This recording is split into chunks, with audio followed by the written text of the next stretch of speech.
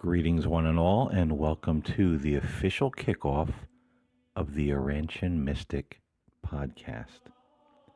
After all of the votes came in, this was the favored podcast and the favored title that most listeners wanted to hear more of. Although it was a pretty close and tight race there for a while, but in the end, the Urantian Mystic did prevail. But most people who listen to the show said they would like to continue to hear topics like the one I covered in Angels of Urantia with Dr. Stephen Greer and the CE5 program and things of that nature. I also had a couple of newcomers to the show who listened as far back as the Spirit Side podcast, and they wanted to hear more of the social issues with or rather from the spiritual perspective. And so those all are topics that can fit under the umbrella of mysticism and the inner life, how we could or should respond to certain social issues or even big political issues that are very much on everybody's map and radar right now in the United States and across the world. How do we respond to some of these things when it comes to the inner life, that connection we have with God? So all of these things really can fit under this particular topic of the inner life and mysticism. So I will certainly do my utmost best to bring these topics to you, the listener, in a way that is respectful, informative, balanced, and of course, interesting. I want to thank all of you who took the time to email and write in and cast your vote and share your opinions on the podcast. It is greatly appreciated. And so without further delay, let's get right into our official start of the Urantian Mystic. And I thought it would be a good idea in our starter show to talk about mysticism, fanaticism, and religious fundamentalism. This might sound like a little bit of a boring, perhaps, subject for some listeners, but I would ask you to tune in and listen and bear with me, because this is, I feel, a very interesting topic. And when it comes to spirituality, to mysticism, to prayer, to spiritual ecstasy when people are in meditation or prayer, we have a lot of misconceptions about what that is, and we have a lot of really strange practices that have grown out of religious movements over time, and they become very normalized in our churches and our mainstream Christian thought. And I'm hoping this particular podcast will shine some light on all of these things and bring a little bit of that maturity and balance and level-headedness to this particular subject. So what is mysticism? We'll begin to define this by reading from the Urantia book in paper 91, section 7, verse 1. And it states, mysticism as the technique of the cultivation of the consciousness of the presence of God is altogether praiseworthy. But when such practices lead to social isolation and culminate in religious fanaticism, they are all but reprehensible. Let me read that again. That is from paper 91, section 7, verse 1 in the Urantia book. It reads, Mysticism as the technique of the cultivation of the consciousness of the presence of God is altogether praiseworthy. But when such practices lead to social isolation and culminate in religious fanaticism, they are all but reprehensible. This is a very powerful and very true statement coming right out of the gate when it comes to the subject of mysticism in the Urantia book, because we have so many misconceptions of what it is. First and foremost, mysticism is, just as the Urantia book describes, it is the technique of the cultivation of the consciousness of the presence of God, or what many in the past and even present day call practicing the presence of God. It is focusing and meditating on the presence of God within you and being aware of the presence of God around you, no matter where you go.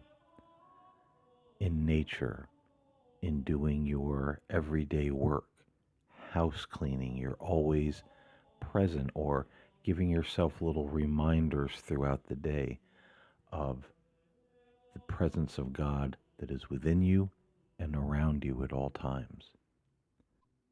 Mysticism always seeks to have this continual connection with God because God is known as the beloved. He is the most desired thing within the human soul, within the human heart. The practice of true mysticism sees the presence of God and connection and communion with that presence of God, that Spirit of God, more important than any other thing in this world. It takes precedence over money, position, all of the material things that we could acquire in this life. The practice of the presence of God, or becoming conscious of the presence of God, is an everyday practice.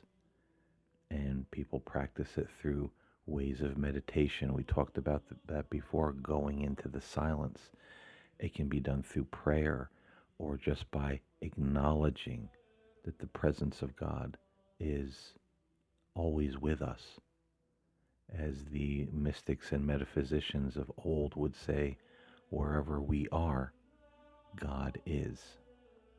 So mysticism is not some strange New Age practice of doing rituals and incantations and meditating on crystals or, anything of that nature.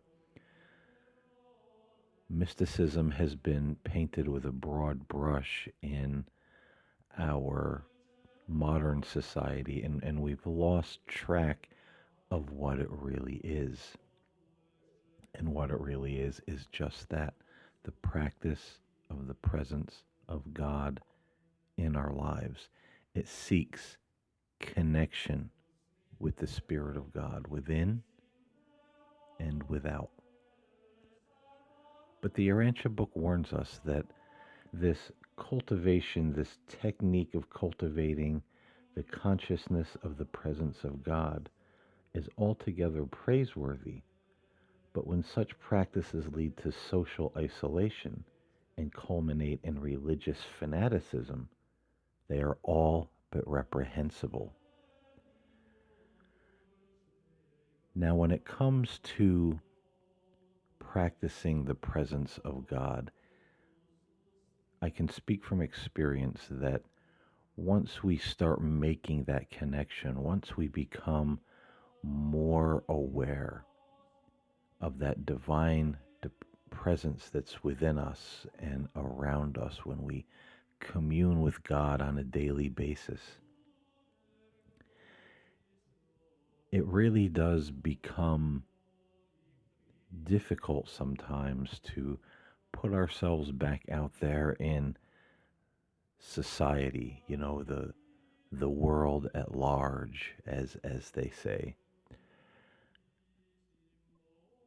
we tend not to want to get involved in all of the drama and the nonsense and the fighting and the politics and the troubles that society is so perseverated on, because those things begin to look very small in our perception. We're not as worried about these things as we once were, because our consciousness, our soul is expanding, our view of life is expanding. We're growing, we're changing, we're growing in God. And so it's like being a teenager or in your early 20s and sometimes being invited back to play in the sandbox with the little children. It might be fun for a little while, but it's not how we want to spend every day of our lives. We don't want to be in the sand and the dirt of society, if you will, all the time. But we have to be careful that we don't become reclusive, because there is a danger in that, staying too much by ourselves, having not another person around. This can start to lead to fanaticism. I myself, as a mystic, I don't I don't get in the sandbox of life or society very often. I am quite happy being by myself, studying, reading, meditating, focusing on that presence of God. But I still am a part of society because I offer my services to humanity. I do this podcast to try and help people. So through my spiritual counseling, through seeing family members and friends, now and then, doing the podcast, having guests on the show, talking to various people, I'm still connecting with others. I'm still doing something that's meaningful with my life. So I'm not, as they would say, barricaded, in my house, staying away from everybody indefinitely. And we're going to read a little bit later on in the Urantia book where it talks about that service to humanity being of utmost importance, because that helps us grow as well. That helps us connect more with that Spirit of God within us and around us, being of service to our fellow man and woman. I would say that we could take a lesson from some of the monastics from ages gone by, and even today. There are many who go into the monastery. They become monks. They become nuns. They want that life of contemplation of God, just being in prayer. Their whole life dedicated to communing with the divine spirit. But many monastics also have the social outreach. They give to the poor. They feed the hungry. Many of the monks back in the day, and even nuns, they would go into the nearby villages. They would help the poor. They would preach to the poor and the needy. They would try to help. They would bring a message of God or God's mercy to those in the nearby villages. So they still have their service to humanity. They're in the cloister. They're in the monastery, but they're still stepping outside of those walls from time to time in service to man as a service to God. And that's important. We never want to become the recluse who's staying in our room all the time, just playing video games, smoking the weed, and, reading the Bible or the Urantia book and meditating and saying, "Wow, that was mind blowing," or that, that type of thing. That's really not mysticism. And I say smoking weed. Humorously, I don't encourage anybody to use any kind of drugs or hallucinogenics when it comes to mysticism or connecting with that presence of God. This kind of thing can only lead to a lot of trouble and a lot of self delusion. So we don't want to ingest things into our body that alter our consciousness, alter our perception of reality, and then try to connect with the Spirit of God. That's just something that's not going to work very well at all. But let's talk about the second problem when it says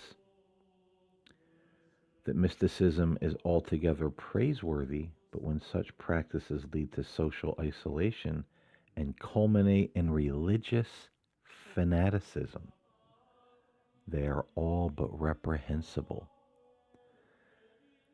Now, fanaticism, religious fanaticism in mysticism, is a very big problem that we have in this day and age. And it's been a problem for quite a while, especially in the Protestant denominations, because these are individuals who will generally frown on mysticism and call it a New Age practice or satanic, and that a true Christian should not engage in mysticism.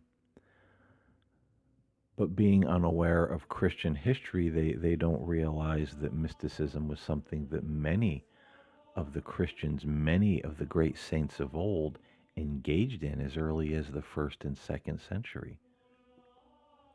Contemplative prayer, meditation, praying the rosary, a form of prayer and meditation. There are many Christian saints, canonized saints, who were monastics, who were visionaries and mystics, and these individuals were, it is documented, that the miracles that were done by their hands, the state of mind that they were in, the visions that they had, the little prophetic utterances that they had that would come to pass. I mean, these were real visionaries. These were real mystics. These were people who dedicated their life to that communion, that practice of the presence of God.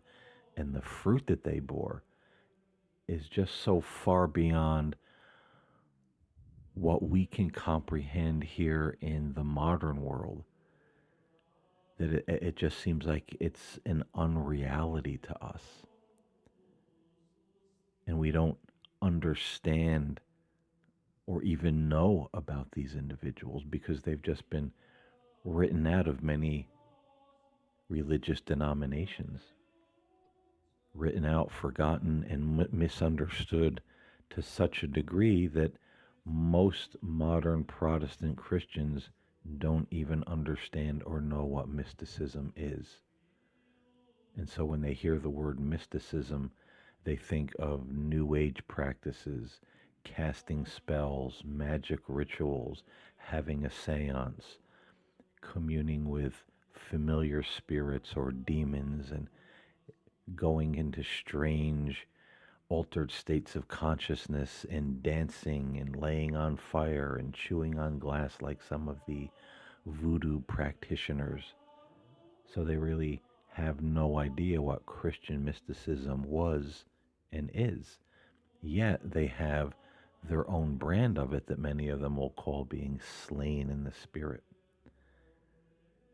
Getting up in the middle of church, talking in tongues, dancing, yelling, screaming, running up and down the aisles, collapsing on the floor, kicking and laughing or convulsing. Now, this kind of thing is more akin to New Ageism and Voodooism than actual Christian mysticism. I saw a video clip on YouTube of a very popular Christian church run by a man who is said to be a prophet, where they were actually playing the African drums, and there was a woman dancing on the stage, and she starts yelling and convulsing and shouting out very strange and bizarre things to the congregation, and they started dancing and collapsing and writhing in the aisles. Now, again, this is more akin to voodooism and New Ageism and fanaticism than real mysticism, which isn't connected to any of those things at all. So we have to be very careful when we walk into churches or religious groups and we see this kind of thing going on, because this is really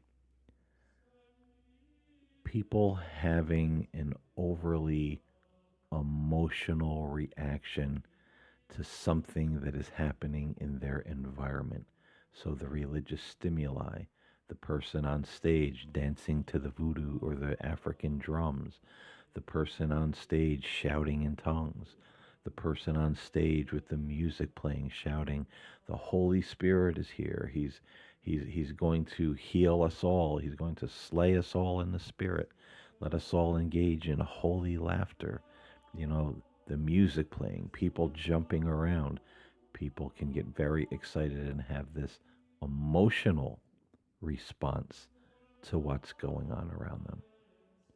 And it's not spiritual at all.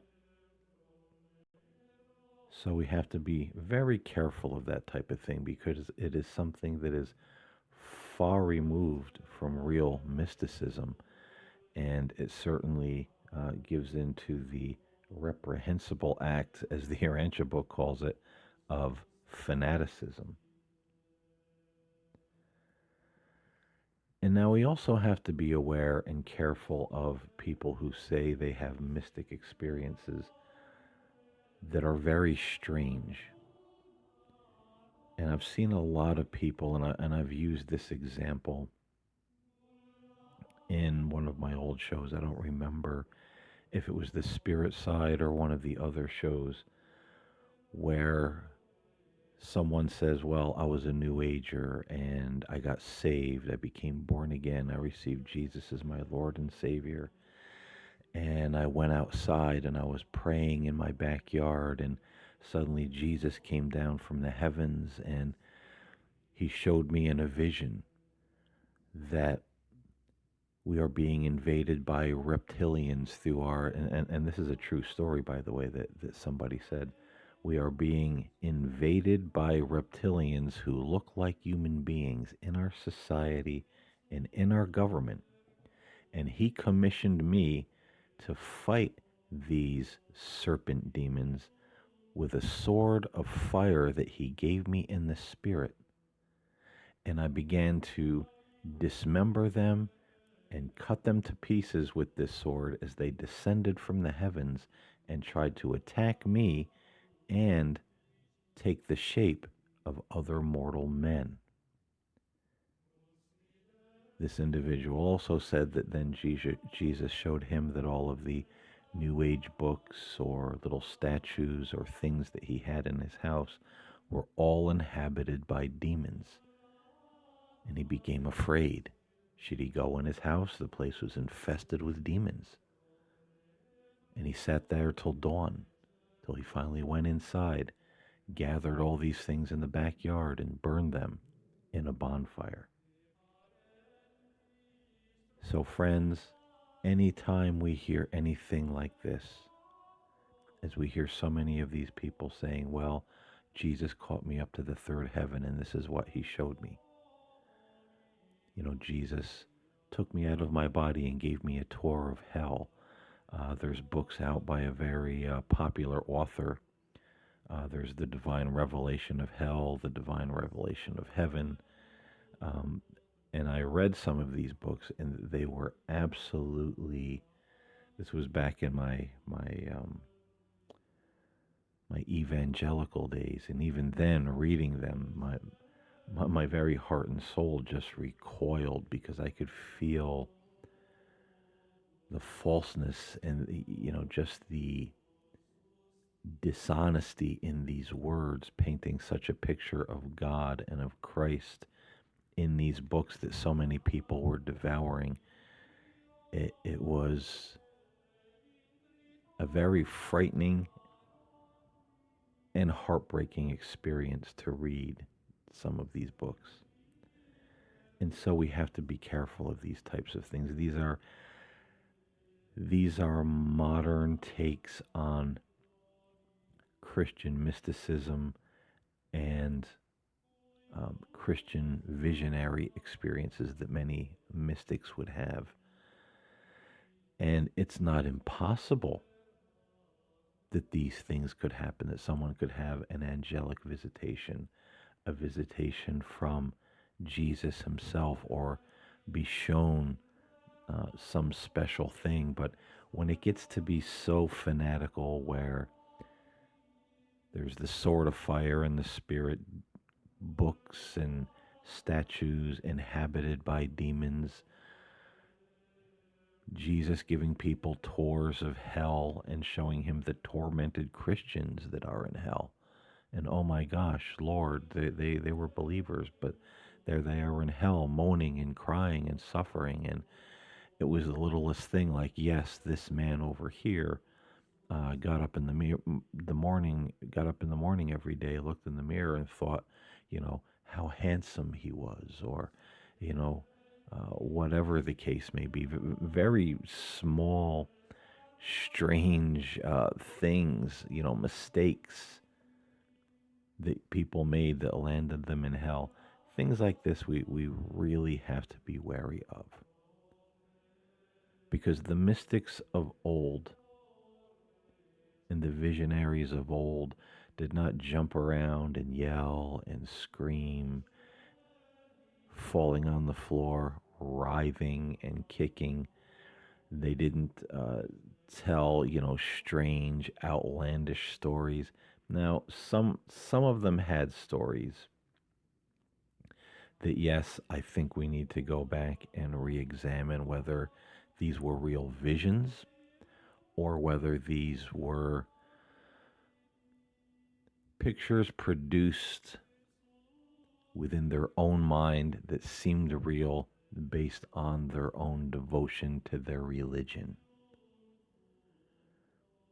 So I'm not saying that every saint of old was perfect. I've read some accounts where there were visions of hell and purgatory and things of this nature that I had to step back and say, hey, this person was obviously a very gifted mystic, and there were certain even miracles attributed to them. But some of these visions I'm not so sure of. But at least it wasn't telling people that they had to go out and, slay everybody in a certain political party because they were all reptilians or some such thing. So we have to be careful. We have to be careful when it comes to the fanatic visionaries and mystics of our day. So I would like to also read, this was from verse 3 of paper 91,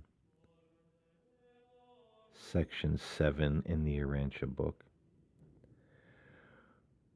which goes along with what we're kind of talking about here. It says, genuine spiritual ecstasy is usually associated with great outward calmness and almost perfect emotional control. And that is true of the mystics of old. Even if they were in ecstasy and people were touching the whites of their eyes or pricking them with pins and they seem not to feel, the sensation, the genuine spiritual ecstasy was associated with great outward calmness and almost perfect emotional control. Again, they weren't yelling and screaming and laughing and running and collapsing on the floor, or, having these strange outward emotional experiences that many who say they are slain in the spirit have. It goes on to say, but true prophetic vision is a super psychological presentment. Such visitations are not pseudo hallucinations, neither are they trance like ecstasies. So we have to be careful when it comes to prophecies and visitations. These things can happen, but generally, if they're happening when someone is in a trance like state, we really have to set them down. We really have to examine what's being said, what the prophecy is, what the vision is, what the visitation is or said to be, and really examine, does this correspond to truth, or is this something that is spinning off of truth, off into some strange area that perhaps we've never heard before? It sounds strange. It sounds maybe a bit scary, frightening, unnerving. Or contradicting even to the Bible or things that we might read in the Urantia book. So we have to be careful, and we do have to examine these things. Not everyone who goes into a trance is giving an accurate or honest vision or visitation from a celestial being. And that's something that, again, especially here in the United States, and I'm sure other parts of the world as well, we see someone who's in a trance. Well, they obviously must be having a true experience. Well, that's not necessarily true. We have to get beyond that superstition. I myself, as a certified hypnotherapist and hypnotist, am very well aware that I could hypnotize somebody and start leading them into this idea. When you were at the beach in 1997, something came out of the water. What was it? What did he look like? Well, he was a man. He had yellow eyes. He had green hair. And I could say, well, where did he take you? Well, he took me into the ocean deep down. He showed me Atlantis deep down in the crevices in the bottom of the ocean.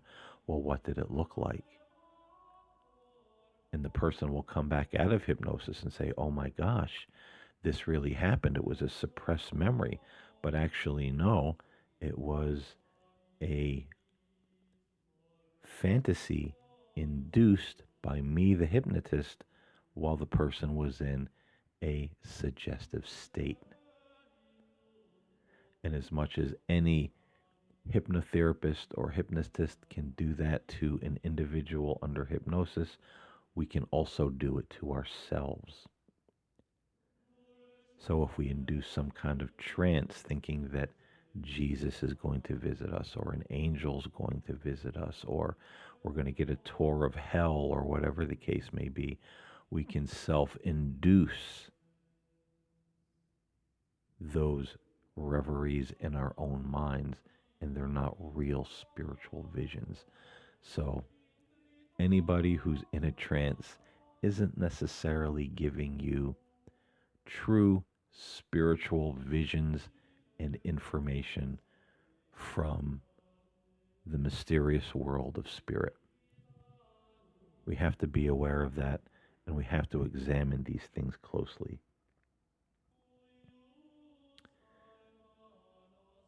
I'd like to encourage all of you who are more interested in mysticism, especially when it comes to mysticism as talked about in the Urantia book, to go and read paper 91 in its entirety. It is called Mysticism, Ecstasy, and Inspiration, paper 91, section 7, and beginning in verse 1. It talks about all of the pros and cons of mysticism, ecstasy, and inspiration. What is real and what is likely not to be real, and what the main goal of mysticism really is, that practice of the presence of God. And so there's a lot of information in these 13 verses that really cover a lot of ground for us to contemplate and think about.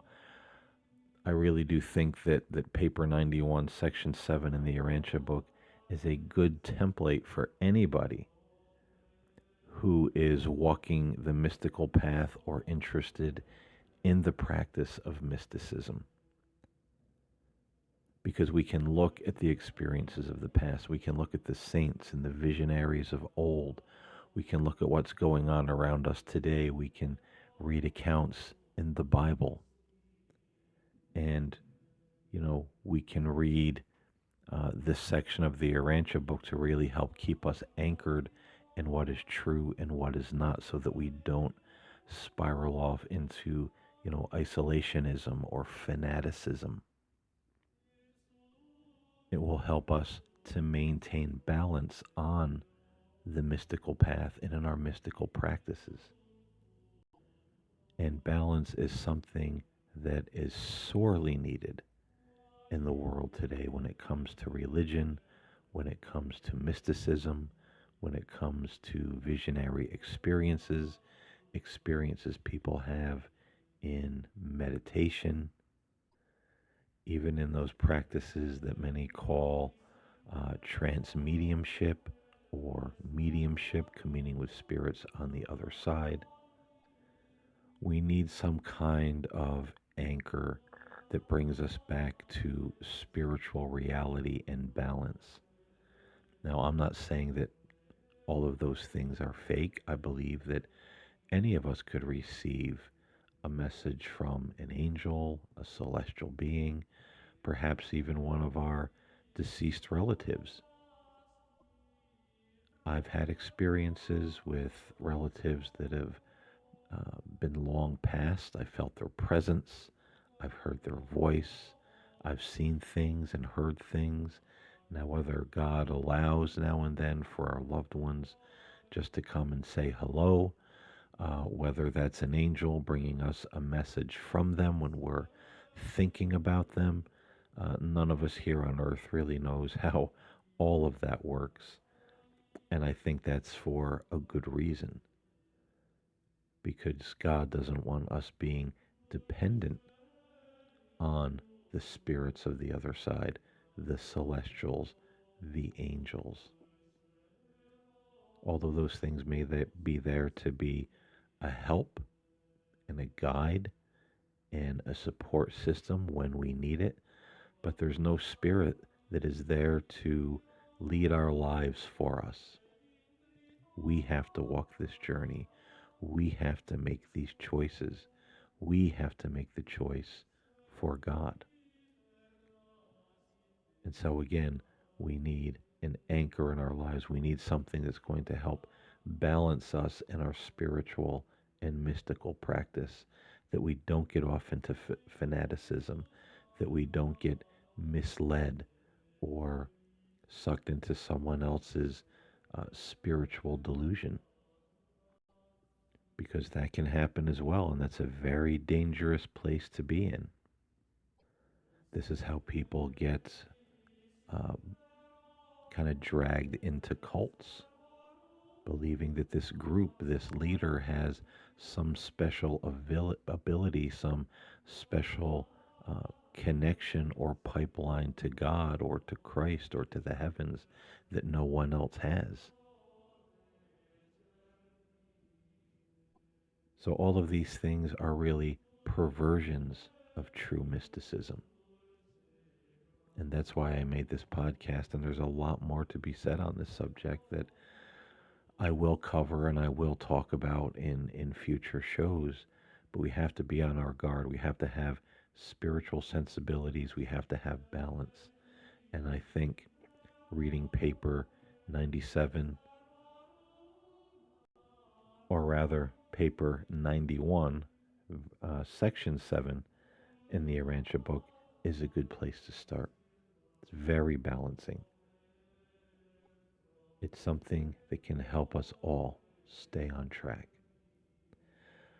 So I thank you so much for listening. I hope you got something out of this show this week. Again, I appreciate all of you who voted. I appreciate all of you who listen. Until next time, walk in love, stay in the light, and I'll talk to you next time here on the Urantian Mystic. God bless everybody.